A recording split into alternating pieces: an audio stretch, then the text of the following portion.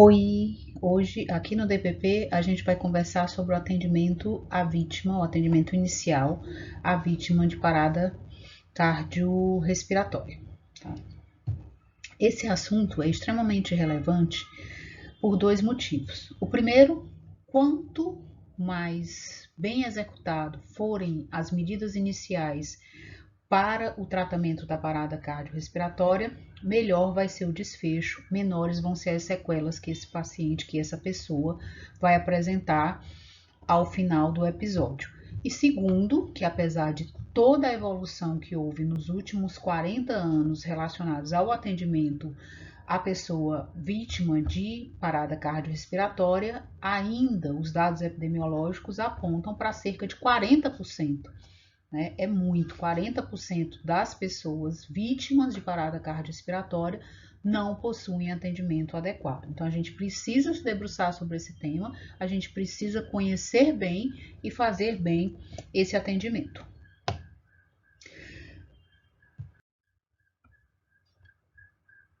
O atendimento à parada, ele foi sistematizado de uma forma que todas as etapas do procedimento, elas estão descritas e desencadeadas e encadeadas no formato de uma cadeia.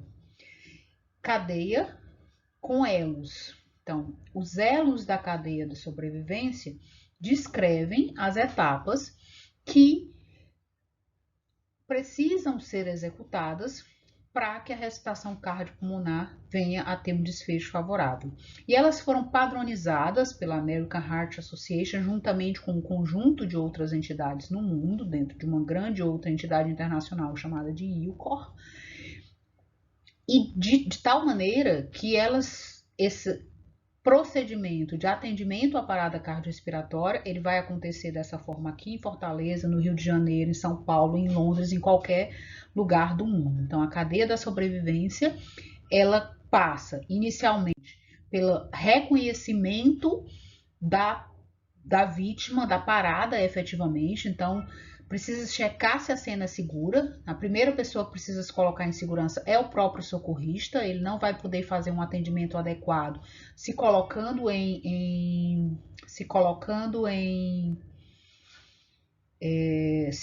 risco. Então, checou se a cena é segura, avalia a responsividade, chamando o paciente. Se for um socorrista profissional de saúde, deve checar o pulso, um pulso central, de preferência o pulso carotídeo. Isso não deve durar mais do que 10 minutos.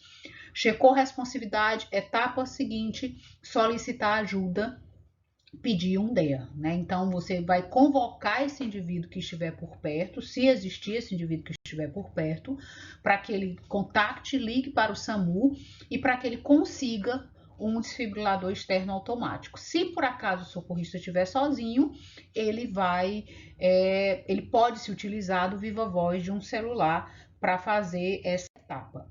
A etapa seguinte é o de compressões. A partir do momento que foi checada a segurança da cena, checada a responsividade, chamou por ajuda, inicia imediatamente as compressões, porque as compressões são o ponto fundamental da ressuscitação cardiopulmonar. São as compressões que garantem fluxo sanguíneo para o coração e para o sistema nervoso central. São as compressões eficientes que garantem que o desfecho seja o menos desfavorável possível. Para que elas sejam eficientes, elas precisam ser realizadas no local correto. Então, o local correto é sempre no terço médio do externo. As mãos do socorrista devem estar posicionadas de forma que a base da mão ou a região hipotenar é a parte que vai estar em contato com o externo.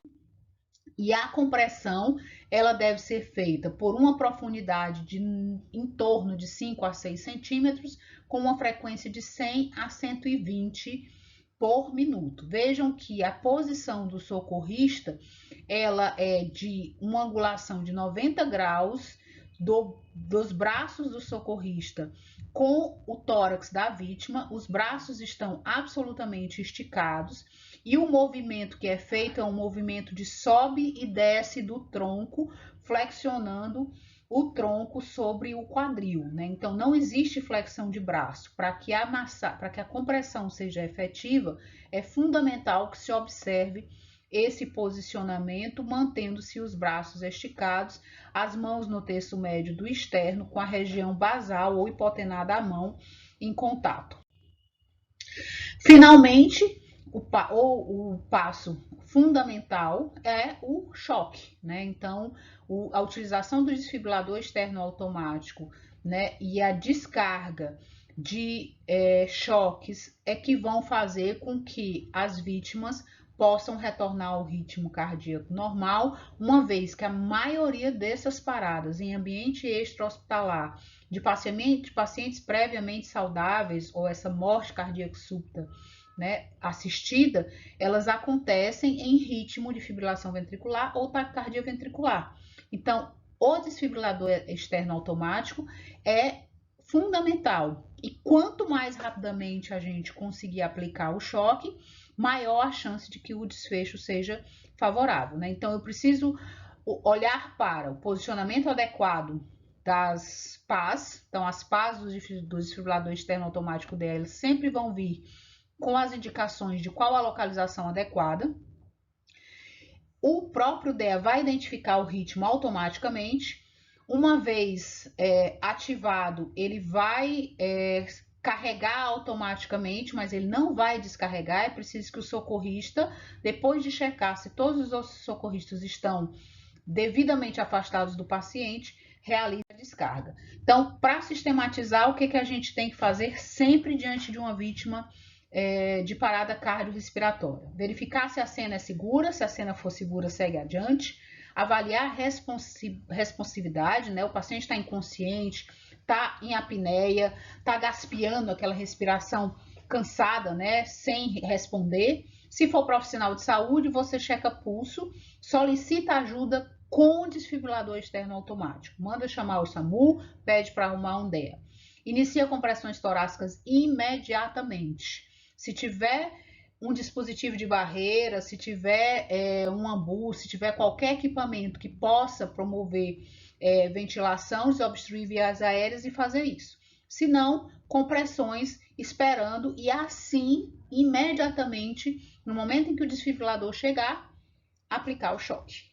Era isso que a gente tinha para hoje. A gente segue conversando um pouco mais sobre isso nas aulas seguintes. Vai lá no AVA, vê todo o material que está lá, para que a gente possa seguir conversando sobre isso.